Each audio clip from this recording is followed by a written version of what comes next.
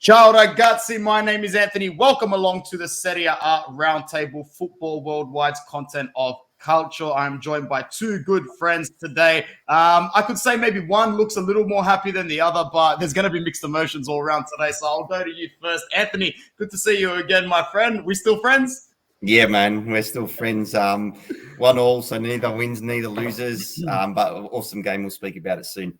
Yeah, absolutely. And Adam, how you going, my bro? That's a really good-looking jersey in the background.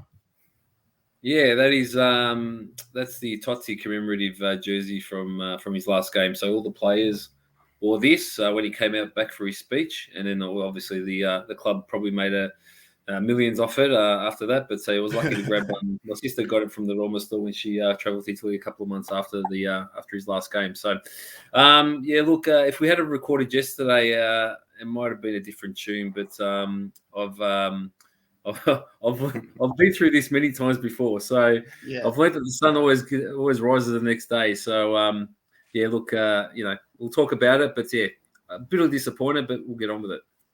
100%, man. We're just going to start by having a little bit of a look at some updated logistics of Serie A at the moment. So we've just basically passed through match day 12. For some reason, I thought it was match day 11. I don't know why. But yeah, Empoli 2, Genoa 2. Spezia get the upset of the round, beating Juric's Torino. Juventus, late and lucky. We'll talk about that against Fiorentina. Mazzari's misery continues in Sardinia with Atalanta winning 2-1.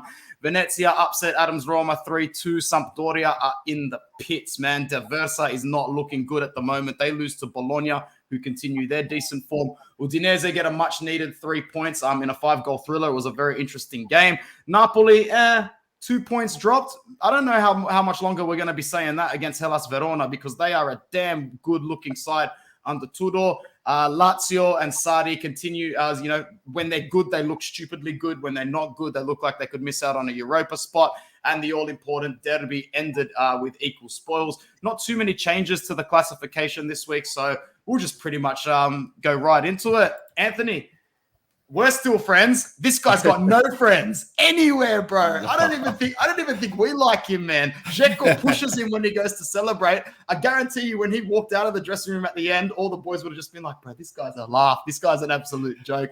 Hakan opens the scoring in the derby after 10 minutes after, as I said on one of the group chats, I don't think I'm contesting penalty calls anymore in my living room. I'm just sitting on the couch going, what am I supposed to do? I don't know the rules anymore. I don't think anybody else knows the rules anymore. Yep. And your reaction to the first penalty call and your reaction to the game overall as we move into the focal points of the derby. Yeah, I mean, that picture there hurts a lot. But it was the derby we needed, yeah? It was end-to-end intense after last year. They were good derbies, but no crowd. So I really enjoyed the game. That first goal there on Hakan, as soon as I looked at the replay, he looked like he clipped Kessie first, and then Kessie clipped him, right? So I'm thinking VAR's going to chalk this off, but no reverse decision. I had a feeling he'd step up and take it. You just knew he was going to try and rub it into us. But one thing I don't get with him is, the way he celebrated under the curva. He wants to insult us. He's out there to give us, give it back to us. I'm not sure why. Something must have happened that hasn't come out. Because why would you act like that? I mean, when Dzeko pushed him, I wish he pushed him a bit harder, that he fell and hit his head on the boards or something and had to go off because we were pretty pissed off with his reaction to the game. It's unneeded behavior, man. Honestly, there's just a level of professionalism that comes with, if you got the cojones to step up and take the penalty, big up to you, but there's no need for the childish behavior straight after. The first thing I thought of when that happened was, and C and I haven't really spoken about this, but what happened in those last couple of months at Milan for him to have turned like that? Like, I don't get it. Well, something must have happened, in the back rooms that we don't know of that's turned him into this, I know what you mean, Adam. But the thing is, if you listen to Maldini, he's always glowing of Donnarumma and Hakan, saying how they were professional to the end. And, they helped us get into the Champions League. So we only hear one side of the story. He's obviously got something against Milan, and he's rubbing it in. And he showed that. When you sit under the curva and you do that, I think he got away with it lucky. He didn't cop any, objects thrown at him. pretty much just some whistles. The only person that ran on the pitch was Florenzi. I don't know if you saw that coverage. Yeah, I saw and that. basically had a go at him and said, "Get off! What are you doing?" And they didn't play together, so he doesn't have a connection with him. The penalty. Benacer got caught against Porto midweek. Exactly the same. They pressed our defensive midfielder. This one was in the box. Benacer got caught against Porto, and Porto took the ball and scored. So I don't know if it's a tactic by other teams. I did enjoy the nasty banner that was released last night by the Kudvasud insulting Hakan. Just, he deserves it. If he's gonna throw stones at us, he's gonna cop it back. And I'd be a bit careful him walking the streets of Milan at the moment because there's some anger. Go on, Eth. Well, no, I was just about to say, in terms of the rest of the game, we had a chance to make it 2-1, obviously, with this moment here. Straight after the moment where you guys equalized, courtesy of a Stefan de Vrij blunder off a header. I will say this, full kudos to Tomori. Anybody that can celebrate a goal that they didn't score like that deserves to celebrate a goal that they didn't score like that. I just think it's more like the clutch moment of the derby. I honestly think in any other fixture, he probably turns around and just celebrates with his teammates like a flat. But in a derby in front of the home fans like that, you might as well just claim it. After that, Anth, I got to admit, I thought the tide was going to turn a little bit. Big ups not to the guy that you see taking the penalty. I've said it before. Matteo Darmian has been a little bit of an unsung hero for us this season because his footballing IQ for a Serie A player, like everybody knows, Serie A is a very hard league. You got some of the best players in the world come into this league and they need 6 months to adapt. Darmian came straight into a very difficult position, a position that a lot of clubs rotate left, right, and center, a position that top clubs, especially Inter in Serie A, spend 20, 30, 40 million on players and they don't work out half the time. Matteo Darmian won that second penalty very, very well. I've read a couple of people say maybe, was it Balotore who might have just got the ball beforehand? I don't think so. With as much contact as that, that's a stonewall as it can get. But what a save from your keeper to keep that derby in limbo. Yeah, I agree. That one was 100% penalty, but I think you put a jinx on him, Dance Toure, because the way he was defending that goal was, I don't know what Dancy was doing. He was all over the place. He didn't know where to run the ball, came inside. He was in the wrong position, and that was a clear penalty. I was interested to see if Hakan would step up again. Now, does that say a bit about his character, or Lautaro said, no, it's mine now. I've gave him the first one. I'm not sure. So if you actually watch it, Hakan, I'm pretty sure, asks Lautaro for the first one. They're like very close to each other. And there's like a sort of split second moment where Lautaro acknowledges, is like, you want this one? It's yours, because Lautaro is our designated penalty taker. So I was frustrated when I saw Lautaro miss. I'm like, why the F is he taking it? Why wouldn't Hakan step up again? And then I think to myself, it's actually just attacker's courtesy. Most players in the world would hand it over to the guy that handed it to you beforehand, as if to say, you've given it to me, the next one's yours. Yeah, that makes sense. But, then we spoke about Tata the other night as well. Yeah, that was a ripper save from a penalty. I mean, he was pretty solid again. So you can't really fault him for, the goals that he's conceding. He's been pretty solid. It was a massive save. And I think if you guys went 2-1 up at halftime, it would have been tough for us to maybe come back, because you guys had other chances. Barella off the line before that. And I think Martinez put one just past the post from a good setup from Dzeko. So you guys, for me, were still on top at that point. And even in the second half, if you look at the start of the second half, it was all Inter for a long period. We were just defending to try and get a result. I think in the match preview, sorry to interrupt, where you kindly joined me on Inter Worldwide, you were very fearful of this. You were fearful of getting to a point in the match where Pioli just said, take the point. And hey, it actually did work for you guys. And towards the end, I'll actually say I think Simeone and Inzaghi's substitutions too late in the game actually cost us, because when you bring on Correa and Sanchez that late to press up, that's where we started to leave the gaps. And that's where you guys actually look like grabbing the winner in the last 10 minutes. But as you're alluding to, Inter should have killed this game off before minute 78. Yeah, I agree. And we held on, and, there was even some weird mistakes from players like Simon Kjær getting knocked off the ball in defense, which never happens. And you guys were all, Perisic Calabria duel was good again. I really enjoyed that one. And it always happens, them two going at it. Then the subs changed it for us, definitely. Rebic, Benacer, and Salamakers just gave us a different energy. In that last 20, we really pressed hard. And I was scared that we're going to sit for the draw, but it looks like, those subs went for the win. I mean, Salamakers off the post, and Kessie's finish was very poor. We could have snatched it at the end. Ibra very quiet, but then had that free kick, which he could have scored off. So, look, I'd take a draw because I think overall Inter were a better team if you look at the whole game. But then the last 20 minutes, we just had the chance. And if we can play with that intensity towards, most of the game, there's not a lot of teams that can knock us off in Serie A this year. 7-point lead, it's good. You know what I did forget to mention? How good was the choreo before the game? Oh, the Tifosi really came to represent in that one, man. You had you guys in the Sud giving the healthcare workers the big up for all their hard work in Milan. You had us representing the Campioni banner. It's exactly what you wanted to see, man.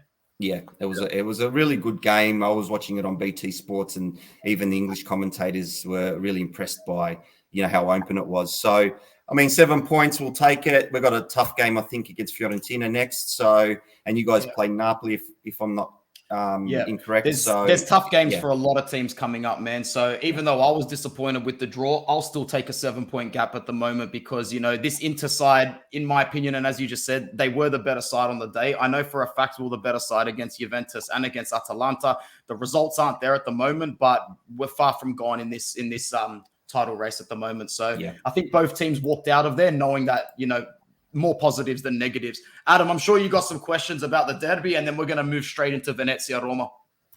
Yeah, no, I was just going to say, from a neutral perspective, watching that game, I thought it was a brilliant advertisement for the league. Even though it was 1-1 early, it was just end-to-end for the entire match. I think what we probably should speak about it as well is how pivotal Barella is to that Inter team. I thought the game can change completely, and it added a new dimension when he went off and Pioli made those subs. I don't know if it was reactionary to Barella actually going off and then Dzeko coming off, but maybe Pioli had them predetermined anyway. But it was just interesting to see the switch in midfield dominance once Barella wasn't there. So, Inter, what's your? You've watched Inter more than most of us this season. So, how do you see that? You really can't do without him, can you? Barella is just one of those players that fundamentally and tactically is so embedded into this side that it would be like taking Lukaku out of our Conte team last year, man, honestly. And it goes to show because I've spoken, with my good friend Sharma on our Inter platforms over and over again every week. When is Barella going to get a rest? When are we going to rest this guy? We have been saying it since he came to the club. We can say all we want that Dzeko's fatigued this season, but mate, Adam, it's starting to sound like a broken record with Barella.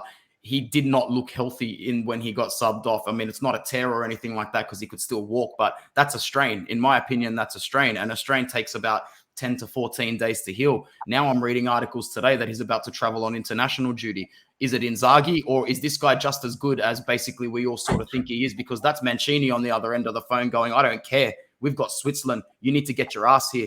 And this La Nazionale's got midfielders, man. It's got players, but he's still on the end of the phone, making sure Nico's getting on that plane.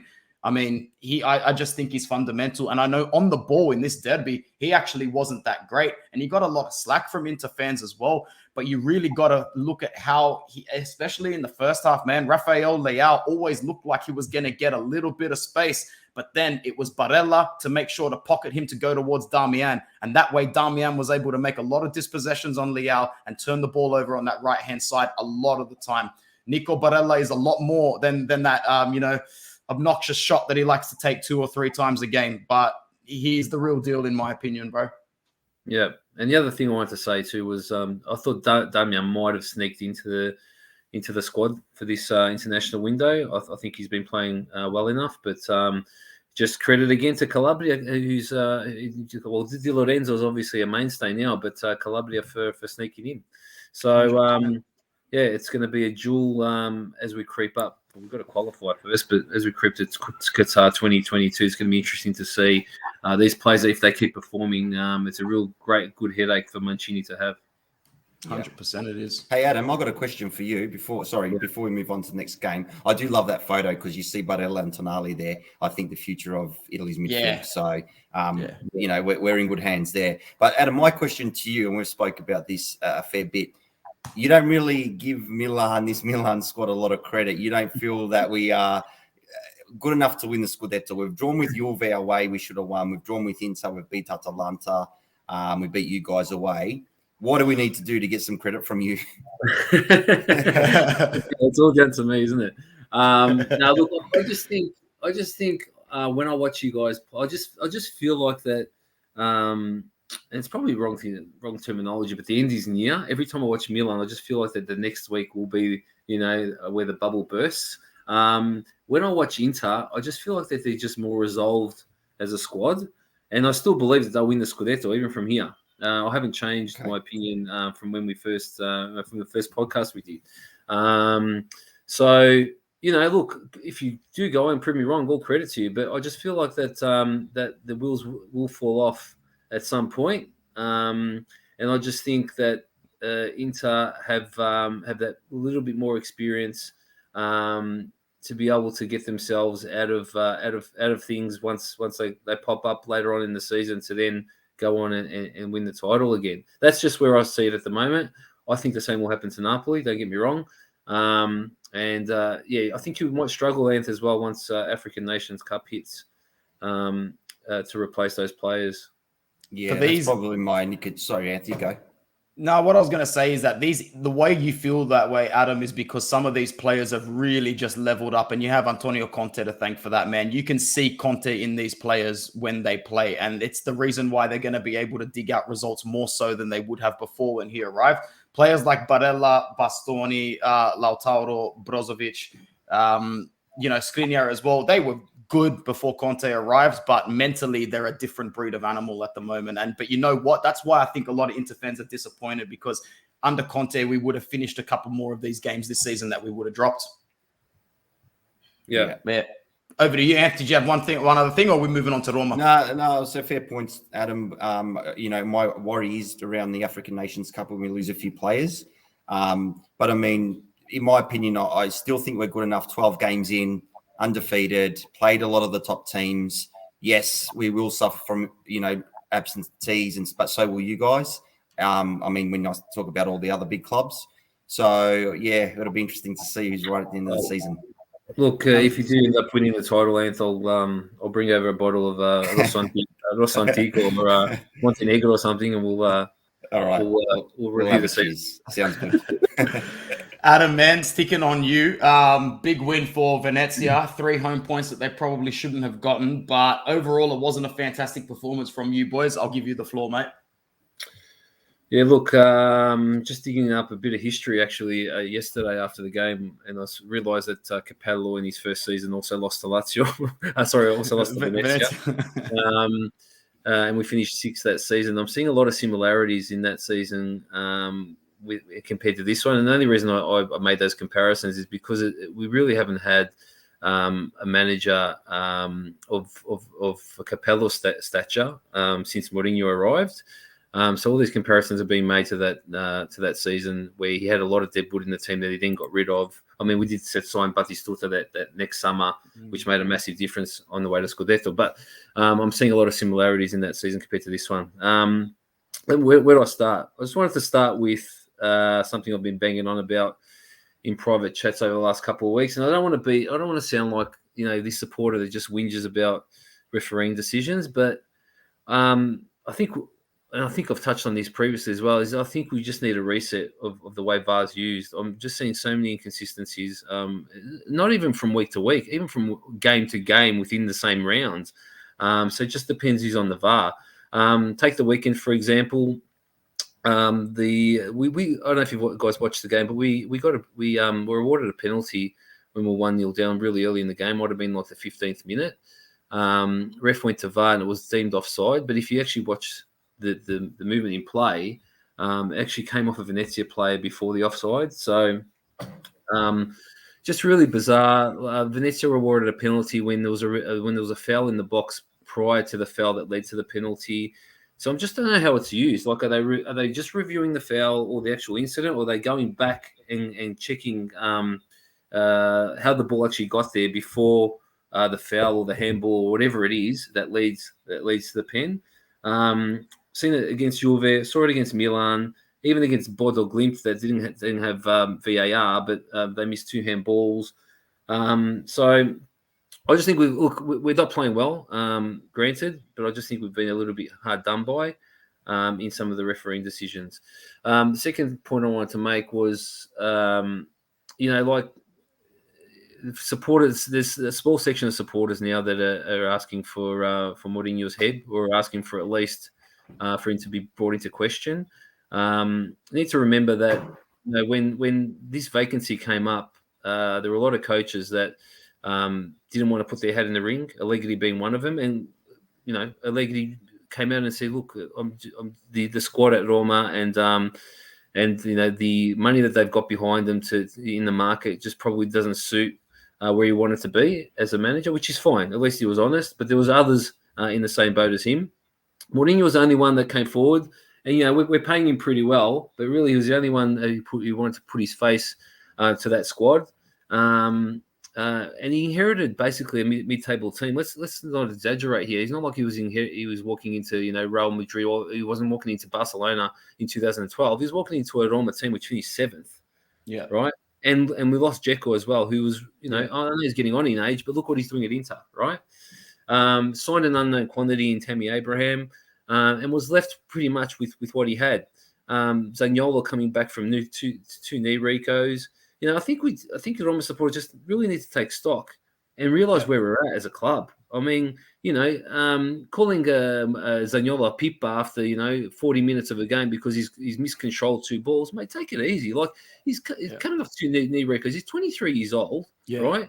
And Mourinho's trying to get every last juice out of him in every game, and he's just not physically capable. He's not up to it. He's not at that match peak that you expect from a professional footballer, and we understand why, because he's come from those 2 injuries. So in this international window, I just think we really just need to take stock and rationalise where we're at.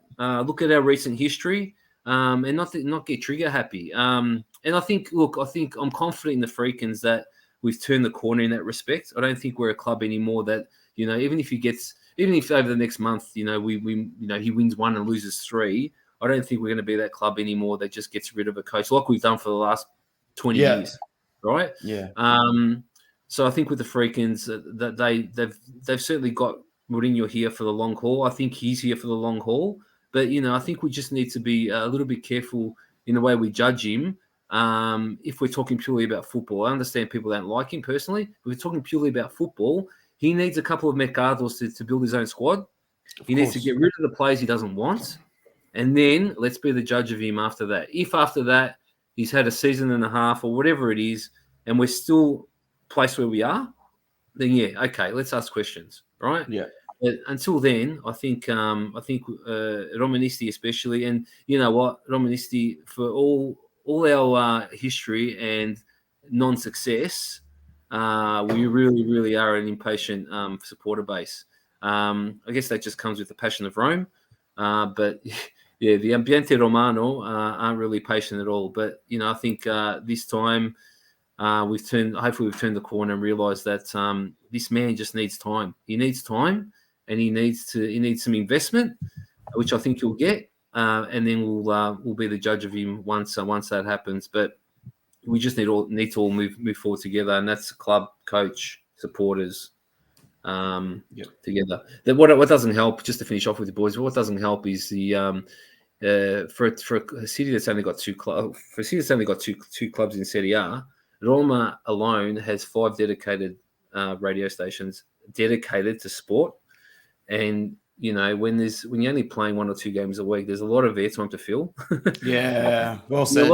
And a lot of that airtime's negative. That's just the way it is in Rome. It's just a hotbed of passion, and that transcends into football. So, that's where we're at.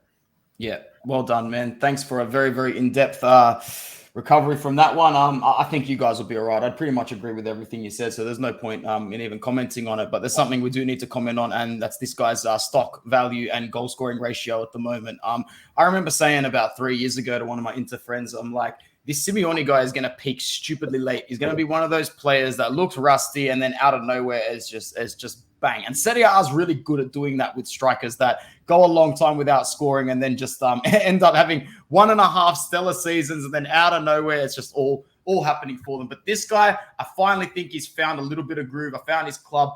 I don't think it's smart for him to move anywhere this season, obviously. Maybe not even next season, but full kudos to Giovanni Simeone for getting on the score sheet again.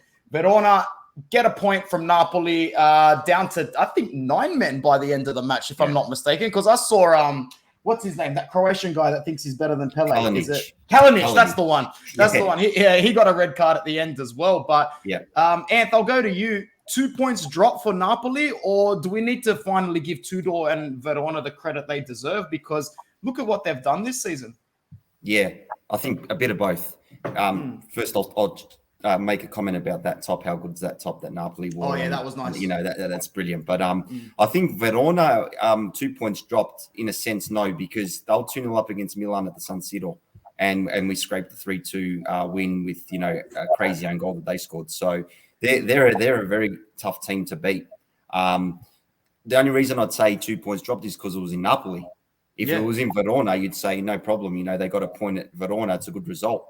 Not many teams are going to go there. I think Roma lost at Verona already, didn't they, Adam? So they'll be very hard to beat. Simeone's, like you said, man, it's an amazing story. But all the time I watch that Barak guy as well, you know, up front, just the way he's playing now under Tudor, just so much confidence. Even with the goal, the way he turned the defender and, you know, cut it back. There's a lot to like about this Verona. They should be pushing for top half this year. I agree. Just stick with Tudor, stick with these players that they got. The guys like Kalinic, they don't offer much for me. Maybe they're the ones that have to be shown the door. But I'm glad we got the 3 points against them now, because what I've seen of them in the last couple of weeks, very, very tough. Yeah, absolutely, man. Adam, going over to you for Napoli and Verona and Simeone before we move on.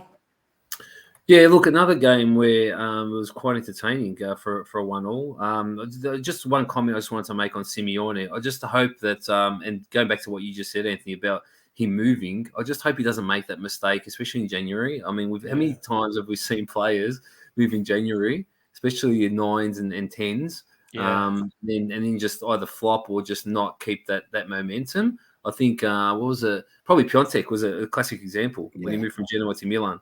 He was absolutely flying at Genoa, and then went to Milan, played a few good games, but didn't really set the world alight like he was previously. So, you know, I think he's just that type of player. We've spoken about this before, where he's really well placed for those mid-range teams, and I think he's just flourishing under Tudor. And credit to that coach.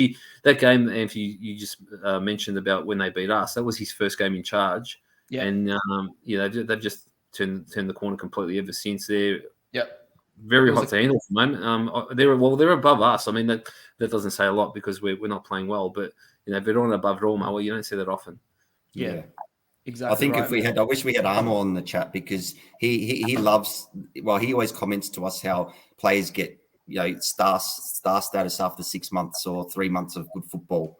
And then they move on. So he'd love this chat, because he's one that stop making these players feel like they're superstars after such a short time. Stick with the club, give them time, let them experience 1 or 2 seasons. And I think that's what Simeone needs. Yeah, 100%. I would agree. This particular fixture was also quite entertaining. Diversa in the mud. The Sampdoria manager is not having a good time at all in Genoa coaching this side. 1 win in 8 now. Things go from bad to worse. The goalkeeper from Bologna, Skorupski, had an absolutely phenomenal first half. He basically kept them in the game, with Caputo threatening a lot of the time. But at the end of the day, Arnautovic seals the points after, what's his name? I forget. Danish guy. Torsby got an equalizer in the first half. But things just go from bad from worse for Sampdoria. Meanwhile, Bologna sitting in that nice ninth meaty curve that we pretty much know that they're going to be in all season. They've got the players to make sure that they stick around. Sinisa knows exactly what he's doing there. We'll keep you guys posted a little bit more, but expect these guys to just continue getting points when necessary. We said that from the start of the season. In terms of the relative strength/weakness of Serie A, Bologna are the best of a bad bunch. And I say that in a way that they can finish 9th or 10th in this campaign. Moving along to Maurizio Sarri's Lazio. I'm going to go over to Adam to start us off on this one. Salernitana, man, I've watched them play a little bit this season. They don't actually play that bad. They just gas it, and their players are just Serie B level at the end of the day, because Lazio's quality just got the better of them when you've got Pedro Immobile and Luis Alberto with the most perfect R1 circle finesse finish you'll ever see on a PlayStation. I don't know if you've seen Lazio's third goal, but he had millimeters to work with in that bottom corner, and he made it count. Adam, what are you saying about them? And he was happy about the goal too. Dropped to his knees and all the theatre about it. Interesting you say that, because when I watched Salernitana play, like those preseason games when, in Milan, Inter, Roma, they go up to like the north regions, in the mountains. We go to Switzerland. We go to Lugano and play them every year. And you end up beating them like 6-7-0. That's what Salernitana remind me of. They're like they start 15 minutes just ferocious, and they just die off. That's again what I saw against Lazio on the weekend, which is interesting because we all knew that Lazio was going to win this game, seeing that the owner of Lazio is also the pseudo-owner of Salernitana. So there was a great meme that came out after the game of like a Lotito dressed in the stands, sitting and then a female version of Lotito sitting next to him. But yeah, look, Lazio have also turned the corner. I mean, they're really hot and cold, aren't they? We spoke last week about, or the week before, about them losing to the teams below mid-table, and this is one that they just had to win. So Immobile again on the score sheet. Pedro, I thought was probably the best of the three goals, actually, Anthony. Winning the ball in edge of the box, running in and side-footing it with power into that bottom corner. But just an interesting, although I'm a Romanista, I do appreciate good football. So they and I did watch this game, and really impressed with the way they just put them to the hammer. Not seeing that a lot this season in Serie A, boys. Teams just getting put to the hammer. It's been very evenly contested this season with the bottom teams, or below mid-table. Still being able to contest with the big teams, but this was a very convincing performance from the Biancocelesti. Yeah, it's also important to note that you've never seen Cataldi play in his career the way he's playing under Sarri at the moment, so much that he's actually earned a call-up to the national side, albeit, as we've said, we've got some depth issues with some injuries, but, it's just important to acknowledge the hard work. When a new manager comes in and players get their form underneath them, it's always nice to see. Amph, do you have any comments on Lazio, Salernitana, or Sarri and the Biancocelesti at the moment? I didn't see this game. I only saw the goals, but Chiro does it again. We talk about Chiro. He scores every single, well, not every single week, but so often for Lazio. And when he scores, they usually win. So Lazio, for me, again, we spoke about them a lot. Can they continue with Sarri ball and, get that off the ground and do this every week? I'm not sure. I don't think they'll really challenge for too much this year. I can't remember where they're sitting on the ladder exactly right now and how far off. Fifth. Okay, so they're fifth. Okay, yeah, okay. So, top four's in reach. Definitely. Yeah, I think that player on the screen there will have a big say in how they perform. Especially since he was frozen out a little bit by Sarri at the start. And when a player really finds form like that, it's like almost joining a new club.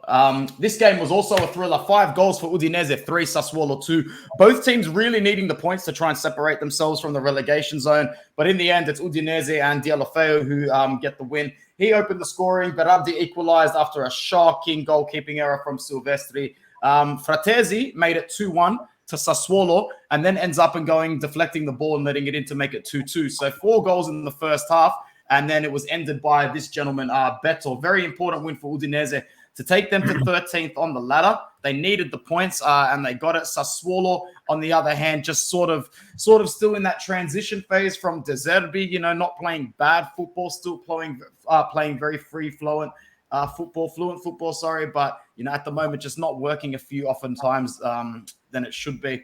They'll be safe by the end of the season once again due to the relative weakness of Serie A, in my opinion. Oh, this poor B word, man. This poor guy. Like, I don't know why I keep bringing up his face every week. I think it's because I just find an element of comedy around it. If it was another manager, maybe I wouldn't be doing it. But for every week that they're sitting bottom, this guy gets an image on the podcast, man.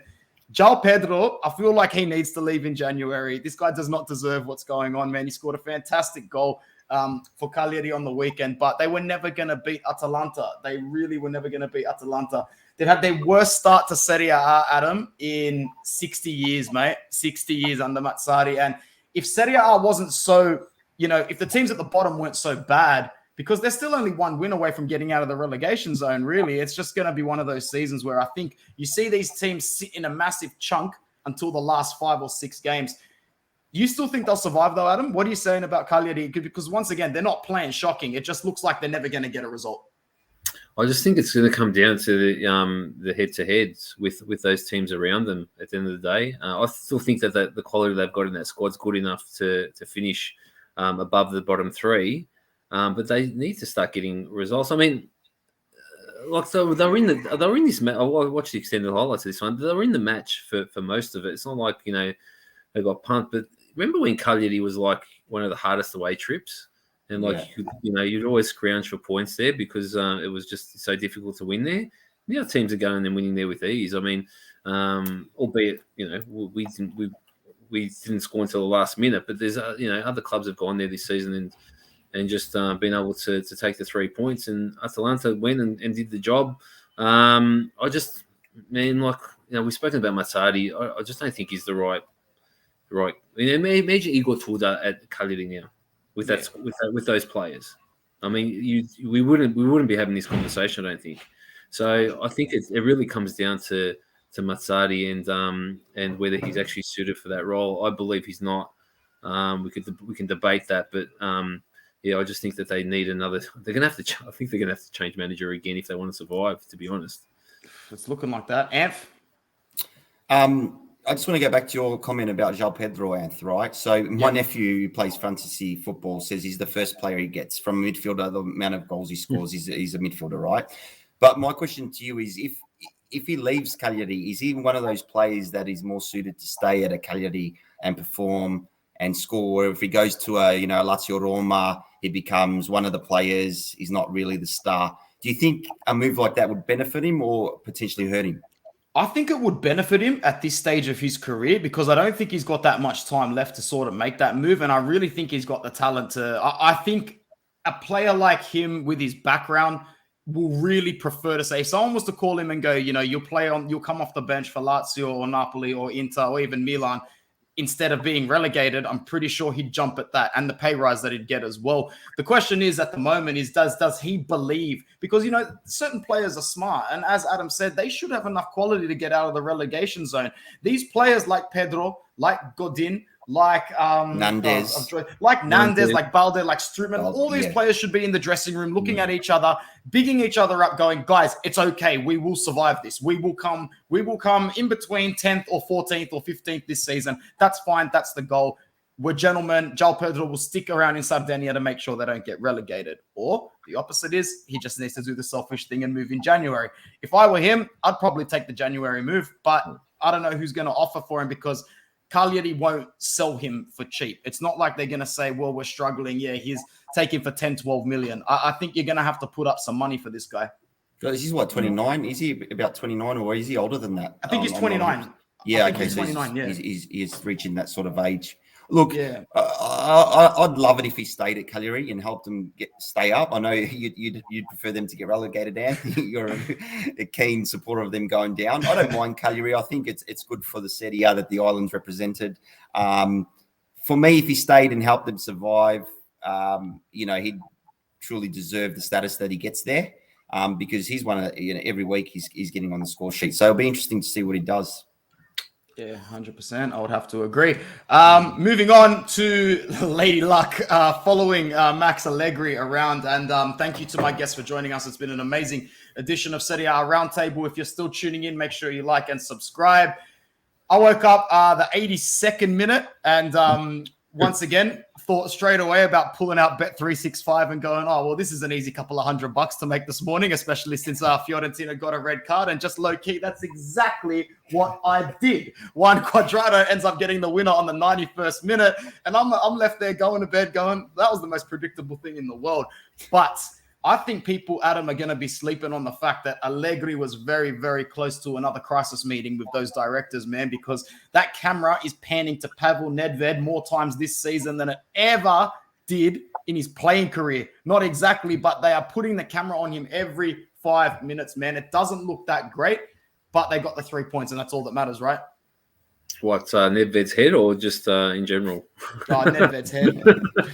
Yeah, no, look, watch this one as well. Really disjointed performance from Juve. Not something that we've come to expect from them or from Allegri, to be honest. So it was just one of those wins that they grinded out. The only highlight for me was, I don't know if you saw Chiesa's shot, which hit the crossbar. Yeah, that was great. Amazing. And that was How does he do that, man? He always seems to be able to pull a rocket out of an angle and hit the traversa so many times, man. Yeah, it's just I don't know how he does it, but it was definitely the highlight of the game for me. And that the only thing when I think about that game now, it's the only thing that pops into my head. It was that bad of a game that I just it was one of those ones where you think, what, I'll lose sleep to watch this. But I don't know what's going to look. We'll see what happens. I mean, they're obviously going to be a major player, I reckon, come January. Well, they have to, really, don't they? They have to. But they'll get enough points to be thereabouts, and then you can see the rocket sort of taken off. But I can also see Allegri staying stubborn with his tactics and with the team that he's got on paper. And I will say this, there's a little bit of a reason why this Juve team performs better in Europe. And that's because the 4-4-2 is so predictable in Serie A. Allegri is playing Serie A tactics in Europe against European sides who are pushing up a lot more, not sitting back and being absolutely exposed. He gets to Serie A, you put this team against Venice, they'll struggle the same way you did. Yeah, exactly. Yeah, I was just about to say that it's interesting that they're able to excel in Europe. And I was joking with Anthony's brother on the weekend that they're basically just a Champions League team now, not a Serie A team anymore. Look, their progress in Europe will be key, I think, in will they finish Serie A. I think if they get knocked out in the round of 16 or the quarter, or in the quarters. I think it might benefit them in climbing the table, but playing on three fronts, we all know what it's like. And their squad is just not, their midfield especially, just not good enough at the moment. So January can't come quick enough for them. They've got someone. There's someone in the pipeline, isn't there? That I read the other day. I can't remember who now. That they're looking at. I don't know. They're linked to a few. Yeah. Anthony, comments on Juve before we move on to the last one. You know what I hate about Juve is when they win 1-0 and we play after them, you're calculating how much points they've made up on you. So they made 2 points up on us, right? And you're thinking, here we go. Now that's 2 points closer they are. Doesn't matter how far behind you they are. You know that they're going to keep coming and coming and coming. Allegri wants results. That's all he needs at the moment. When I got up late like you, I saw 0-0. I'm good. Another 2 points drop for Juve. And then bang, they get, the goal from Cuadrado, another ex-player of Fiorentina. So for me, it's just, okay, they've made 2 points up. When can we get those 2 points back? Because you just want to keep them at arm's length as long as you can. Because like you guys have said, they will come. They won't stop. And I don't want them close enough when they get the opportunity to strike and maybe, knock one of us off. And that's my biggest concern about them. 100% would have to agree. Guys, this guy is gone again, out of a job at Genoa, and this time I can guarantee you he does not get his job back because the whole world is behind his replacement for the first time. He's too nice of a guy. He's too likable of a guy. Surely he can't do that bad of a job. Maybe he does, but I'm going to let Anth handle this one, bro. AC Milan legend, Champions League winner, is about to make his debut as a manager in Serie A. That's got to put a smile on your face, man. Oh, man, I love the guy. And just to see him there, I'm so rapt to see him in Serie A, what he did for Milan. And he's always spoke so highly about Milan whenever he's interviewed. He truly loves the club. I'm so happy to see him in Serie A. I'm just so worried about what Genoa might do to his reputation because he's got a tough gig, It's a very tough gig. Very, very hard. I'd love it if they survive now and he can get them up the ladder because because it's Sheva and what he did for Milan, I think I read something the other day. Is this Ballardini's 4th or 5th sacking from Genoa? Or someone said that in a chat the other day. I think it might have been Armour. How many times have they given this guy a go and got rid of him? Something's going on there, and I have no idea what it is, why they keep going back to him. But look, Sheva, he did okay with the Ukraine team. I mean, even that squad was limited, and he got the best out of him. If he can keep Genoa up, I'd be very happy, and I can't wait. I think they are coming to San Siro, so we'll probably see them play at the San Siro, and the bloke will get an awesome reception from our Curva, that's for sure. Yeah, absolutely. Besides that, pretty much upset of the round goes to Spezia after beating Juric's men 1-0 with a fantastic strike from Salah. It was really, really good. But either way, good 3 points for Spezia. And Juric, even though he has improved Torino a fair bit, he will be looking at their results at the moment and thinking we should be doing better. That doesn't bother me. I'm actually quietly hoping Inter's got 15 million in the bank for Belotti, because we can see what Dzeko is struggling with. And, you know, really man for man, attribute for attribute. Don't tell me there's a better guy to come in and do half of Dzeko's dirty work than Belotti. It's almost a like for like substitute. That's going to be it for what was a fantastic edition of Serie A Roundtable. So, Adam, my friend, thanks for joining us, bro. And we'll see you back soon, hopefully in higher spirits. Thanks, Anthony. Forza Italia in a few days. We really need this win against Switzerland. Hopefully when we reconvene for the next show, we're qualified for Qatar. Absolutely, man. Thank you. And thank you to my friend Anthony. Thanks for joining us, bro. It was a good derby. Yeah, awesome week, awesome derby. Look forward to watching Italia, like you said, Adam. Let's get that out of the way and then get back to Serie A in a week or so. 100%. All right. Thank you very much from all of us here at Football Worldwide. Forza Italia. Ciao, ragazzi.